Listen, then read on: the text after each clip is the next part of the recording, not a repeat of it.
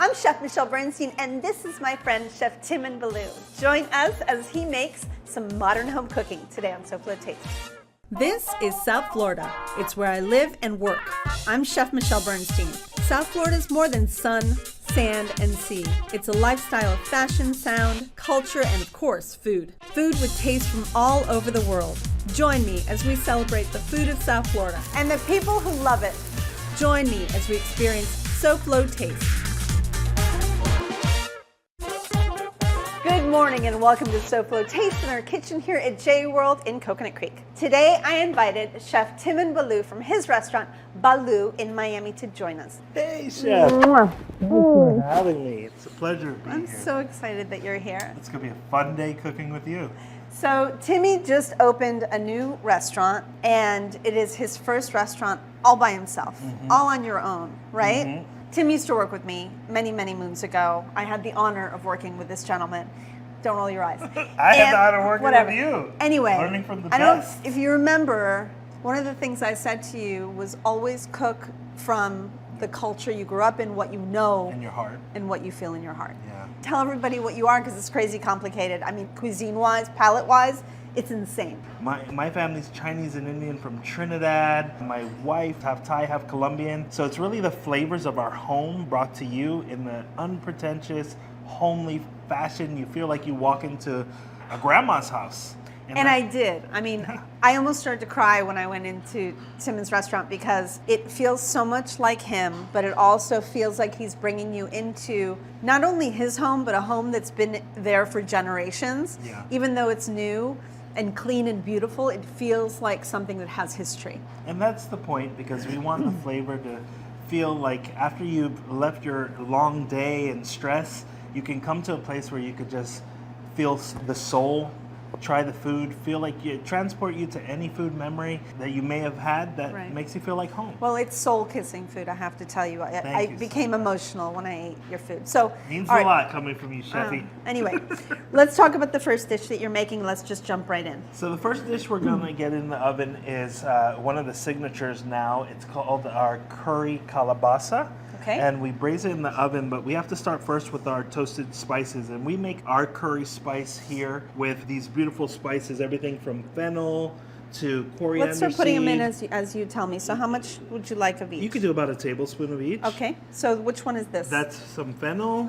Okay. Then we're going to take some coriander. Coriander seeds. And some people don't know what these things look like whole. And coriander, of course, is related to cilantro. It's the seed of cilantro. So Correct. actually, if you just throw those in the garden, cilantro will pop up. Here we have 2 mustard seeds. This is the most common one that you could get in your grocery stores. So it's brown mustard seeds. Okay. And here's black mustard seeds. I love black mustard. And we get this from our local ethnic grocer. Oh, really? Which is great. Oh, nice. It's there's 2 here in South Florida. There's Patel Brothers in Sunrise, and that's from Food Town. This is Indian black cumin. Okay. And it's a little bit different. We're gonna hold that till the last part. Okay. I thought it was caraway. Yeah, it's so similar to caraway. Many people think it is. This is a little bit of black peppercorn. Okay. You can add that Same in amount, now. or? Yeah. Okay. And that's fine. Gotcha. And we'll toast that as it gets warm. We'll So you add want in the cumin. to tell again. everybody the importance of toasting seeds without oil, of course? This activates and releases the oils from the husk, the outside of the seeds, so you get a much more fragrant and robust flavored spice blend. We'll hear that a how you little feel? bit of popping, Which and that's I do. usually the indicator. Okay. And then we'll pull that off. But once we hear that popping, that's when we'll add the final spice, the And why black don't cumin you seed. toast that last cumin seed as much? It's so small and fine, we don't want it to burn and give a bitter flavor to the spice. So we shut off. So we shut off. So this is a mortar and pestle, right? Yes, a beautiful stone one, and there you go, one shot. Look at that. So we just take the spice mixture. So and let's say people didn't want to do this because this is a lot of work and it takes a while to get it to the grind that you want it to. It is. You could use a coffee grinder. You could use a blender and make it easy. When we're making big batches at the restaurant, that's what we do too. You throw it in a Vitamix or blender and pulverize it to a powder. Okay. What's nice about this though is that the mortar is seasoned. It's been in use for a while. It has that history and lore, so you So have it that. gives it more flavor. Yeah, that character and that history, Gotcha. And what happens also is that the seeds stay a little bit coarse. Okay. You'll see the seeds in it. So should we show them what it looks like when it's done. Do you have one? Yes, we have one right here. So what that will look like by the time you're done is this? Exactly. Okay, so let's jump right in and start. So what we have here is this beautiful calabaza. It's often used in Latino culture and soups and so forth. It's literally a West Indian pumpkin. Yeah. Is what it is. And it's great. So you keep the peel on. We keep the peel on, Delicious. we've taken out the seeds, and we've just cut it in wedges. Okay. Throw it in a braising dish, and then in the pan that we started the toasted spices, we'll go back to it. And now we're adding grapeseed oil, any neutral oil, canola oil. We almost want to make a curry oil braise. Lovely. So we have the same spices. Okay.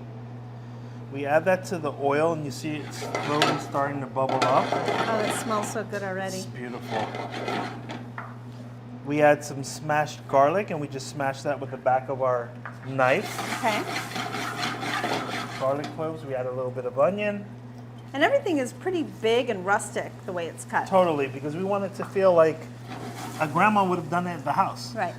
So we've added the onions and the garlic, the beautiful spices. Okay, I'll keep shaking this if you want to keep please. going. Oh, these are so beautiful. This is one of our favorite ingredients. It's some fresh curry leaves. Just forage it in from Homestead. My chef goes out and to these little farms and just finds these leaves. And we just throw it in.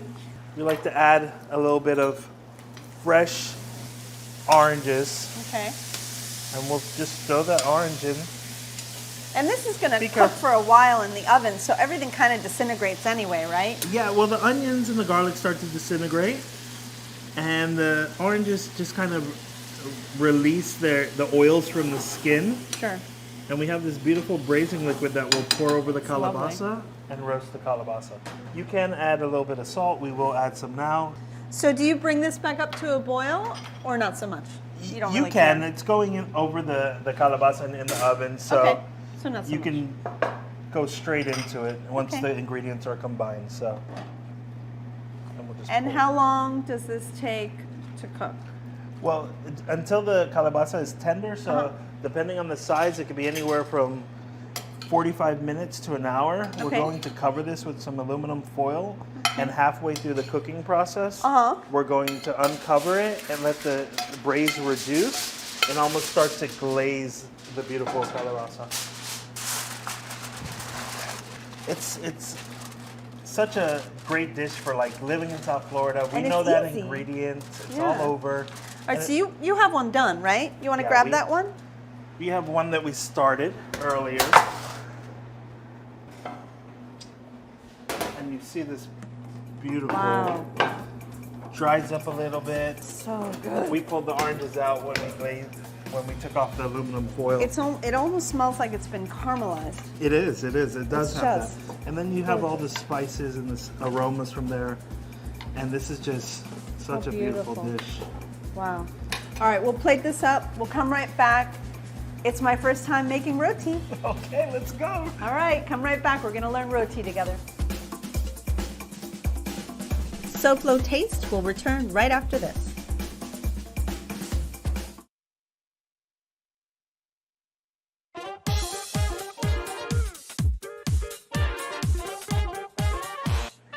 Welcome back to our Modern Home Cooking Show. We are here with Timon Balloo. Modern Home Cooking, is that what we're calling this? That's It's what we're interesting, calling right? it. That's a great. Okay. Timon is testing the roti, right? Yeah, that's what I'm You want to doing tell right everybody what roti is? Roti is an Indian flatbread. Sometimes it's stuffed with different like lentils and so forth. Ours is just a plain one. Oftentimes you'll see it stuffed with different meats and served as almost like a Caribbean burrito of sorts. That's what they'll have in Trinidad, and they'll stuff it with curry chicken or curry goat. You want to plate the calabaza? For sure. So we brought it out of the oven. It's beautiful and it's glazed. The juices are beautiful. It just really, I'm sorry, but it really looks like it has like a ton of butter to like create a glaze, but it doesn't have anything. Yeah, it's well, just beautiful. it's again the garlic, the onions that kind of broke down. They emulsify with the oils that we started with, and we like that broken oil look because it's very reminiscent of the bottom of the pot, and that's the food and the flavor that I cook. That's how our mothers and grandmothers cooked, right? It's all that flavor. So we finished the dish by just very simply serving it on the platter. Again, It's in its skin, so it's almost steamed. And you can actually eat the skin of the calabaza. You could. What we do. I do. At the restaurant, we have the guests. You'll see. I'll tell you now. We smash it and you eat it together with a flatbread we serve, and you mix it with these finishing ingredients we have here, which I love. And it's not really Trinidadian, but it's Persian. Is what it is. Yeah, it's and this is mostly one of the things I learned actually working with you. You always used a lot of ingredients from the Middle East, and you were one of the first chefs to kind of. So is this labneh? It's labneh, yeah, beautiful Persian labneh. So labneh is like a thick Greek style yogurt, more Middle Eastern, from Lebanon. Just delicious. Nice acidity there, the fat content. It's like, I would say, Greek yogurt on steroids. This is another little secret ingredient. Another layer of the labneh, we get Persian black lime. Yeah, I smell that. The flavor is incredible. It really heightens the acidity to balance the sweetness. But you could do a little zest of a lime, right? You could do if zest you don't of have a the lime. black. We actually put a little bit more lime here. You can squeeze it over. And then we take more of the curry leaves, we fry them, you just sprinkle them over. And you have this beautiful, honestly, it's a vegetarian dish. Take out the labneh, it's vegan, it's still hearty and very unctuous. This is beautiful. You can have it as an appetizer we serve at the restaurant, but you can also have it as an entree. Gorgeous. All right, so let's jump into roti.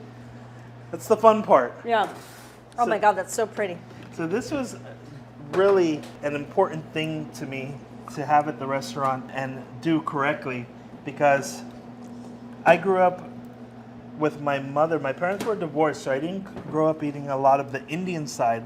I grew up eating more of the Asian Chinese side. Right, because your mom is Chinese and your dad was the Trinidadian part, right? Well, they're both Trinidadian, but my father was Indian and my mother was Chinese Trinidadian. Okay. And she was mixed with a bunch of other things too, so there was always a lot of flavors. What we have here is, I just threw in the food processor, a little bit of flour, baking soda. Regular AP flour, right? Regular AP flour, baking soda, and baking powder. So with the machine running, we add a little bit of neutral oil. This is, again, a little bit of grapeseed oil. So it's really simple. The dough it's actually super pretty simple. easy. And this is actually a little wet, so we're going to add a little bit more flour. And I never knew that you could actually make this without too many ingredients, and I mean, not that much work, really. It works great in this food processor, and the dough really comes together. And it's what the key here for us is hot water. Okay. And it brings the dough together beautifully, and it really doesn't overwork the gluten and the protein in the flour. Gotcha. Turn it out to a work surface, lightly knead it. Do you want me to get on cooking this? Yeah, let's start cooking. Yeah, is that okay? Yeah. All right, so talk to me about the cooking method. The cooking method is really, really, really easy, but there is some finesse. Here, come with me. The finesse is that you do this part. You would normally do it in what they call a tawa, or it's cast iron. So we have this beautiful cast iron griddle, and the finesse comes in that we do not want it too hot. Okay, so we keep it really nice and low. Yes, because what's going to happen is the dough will be softer and more delicate and very, very, very reminiscent of like you said, a Mexican style flour tortilla. Okay. So we've lightly oiled this, and you're just going to lay it down. And instantly what we'll see is bubbles will start to form. And that's the dough cooking, and you're seeing some bubbles here. And we're seeing it almost start to rise. And that's how we know the flour is cooking through. And the baking powder and soda is doing its job as well. Exactly. So you can turn it to this side where it seems to be a little hotter. You can use a big round pan too, right? You can use a round saute pan will work fine. So that's one side. This is the other. And you'll see that we'll just brush off some of that flour. And this is the time we would add more fat. Okay. So here we'll add a little bit more oil. So you were saying sometimes you brush them with butter. When it comes off? That's usually when when it's done and it's going to Okay. the table, we'll brush with some butter and we'll sprinkle with a little bit of curry powder. So you'll hit it back on the, and you see when the fat's there, the air starts to hit it Oh, again. yeah. There we go. So pretty. These are gorgeous. We'll add a little bit more oil. So that's it. Oh, it's gorgeous. And it has some color, and that's fine. Some people that I know finish it directly on the fire. And then what you have is just this beautiful, really soft dough that we have here. Well, that's We'll finish it gorgeous. with a little sea salt. I love it. I love it. And again, like you said, some fresh butter. We have some here to brush it on. Honestly, we just do this at the restaurant. Bread and butter. Bread and butter. And there you That's go. it, Indian bread and butter. Well, you don't want to miss the next dish because it is our main course and it's just beautiful. So come right back.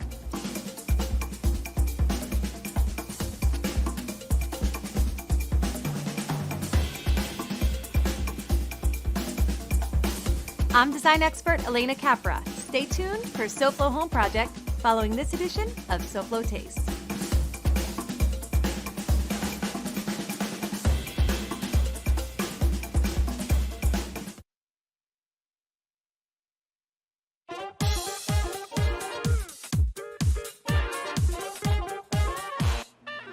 Welcome back to SoFlo Taste. We're here at JA World in Coconut Creek. For information about JA World and what it does for our children, go to jasouthflorida.org or call 954-979-7100. Now back to some modern home cooking. So right now we have some potatoes in the pot. We're gonna make a really nice warm soulful dish called aloo chana. Aloo chana. So Okay. aloo potato, chana chickpeas. So we've thrown some potatoes into salted water. And I see that the skin is on, so The that they don't skin break is apart. on, so they And it's don't rustic. exactly. So they don't break apart, and yes, because they're rustic. So we've added the potatoes in water here. They've been cooking for about 15 minutes in salted water. Okay. We add a little bit of chickpeas. You could use canned or dry, But they have to be cooked. but they have to be cooked. Okay. We add a little bit of mirepoix. I saw that you added some of the water that was in the chickpea. Did you do that on purpose? We do that on purpose because there's a nice starch in that water. Right. That just helps. So you round want out the dish. you want the chickpea water. We want the chickpea water. Okay. We add a little bit of julienne onion, a little bit of diced carrot, and then we just added some smashed and Very thinly- roughly chopped garlic. So we finish with a little bit of Madras curry powder. Okay. What is the difference between curry powder and Madras curry powder? Well, this Madras curry powder has the addition of turmeric in it, so that gives it that beautiful yellow hue. It still has most of the spices that we made for the pumpkin curry powder, which is more familiar and commonly known like a garam masala. Okay. So they still has the coriander, the cumin. So we're going to let this cook for about 15 minutes Okay. to allow all the flavors to come together. We finish with a little bit of green onion. So is that one finished? Yeah. So Does this- that need more scallion or does that have, oh, that has scallion. It has scallion. You could use some cilantro in there. Okay. What's nice about this is, depending on how you like your stew, sometimes we smash it with the back of the spoon or ladle, Okay. and you get this beautiful silky ragu. Oh, that's You lovely. see the potatoes. Everything here smells so good today. It's all so fragrant and just delicious. And again, very soulful and warming. Finish it with some herbs. Can I put a little fresh Please. cilantro on top? Thank you, Beautiful. Chefy. So why do you call this modern home cooking? I call it modern home cooking because it's reminiscent of my childhood home, you know, getting home from school and smelling those spices. It's simple food just done with a lot of love. But it's also modern because of where you are as a chef. You're As pretty well, incredible. as well. All right, tell everybody about the restaurant, the name, the address, where to find you. We're called Balloo Restaurant. We're located in downtown Miami in the historic Ingram Building. It's 19 Southeast 2nd Avenue. Open for dinner Monday through Saturday, 6 to 10 p.m. and we'll be opening for lunch soon. And he needs to do catering because wait till you try all of his delicious oxtail and goat. Oh my God, it's so good, so good. I love you. Thank you for coming. Oh, I love you too. You're Thank the you for best. having me. Oh. Happy New Year. Everybody come and see this beautiful man at his restaurant. The food is delicious and it just feels like home. Come right back.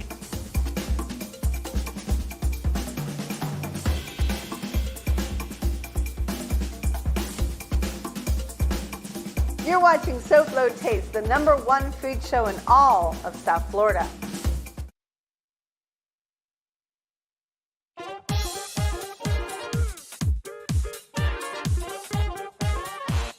I had so much fun today on SoFlo Taste. I want to thank Chef Timon Balloo for joining me. He's fun and he's doing some great modern home cooking. And I want to thank you for joining me today too. As I always say, if it weren't for you watching, I'd just be making lunch for the crew. Yeah. Now next week I'm suiting up for the big NFL game that's in Miami, the game whose name I can't say because of right issues. So join me as I make food to eat while watching this Now let's see what Elena Capra's up to. Good morning, Elena. What are you doing today on SoFlo Home Project? Hi, Michelle, or should I say, welcome aboard. Coming up on SoFlo Home Project, we're cruising in style aboard this beautiful yacht, and we get an inside look on what it takes to design the interiors of this floating home. Thanks, Elena. That design looks ship-shape. So Taste Buds, have a great week, and I'll see you here Saturday for some fall food and fun. Goodbye, and good taste.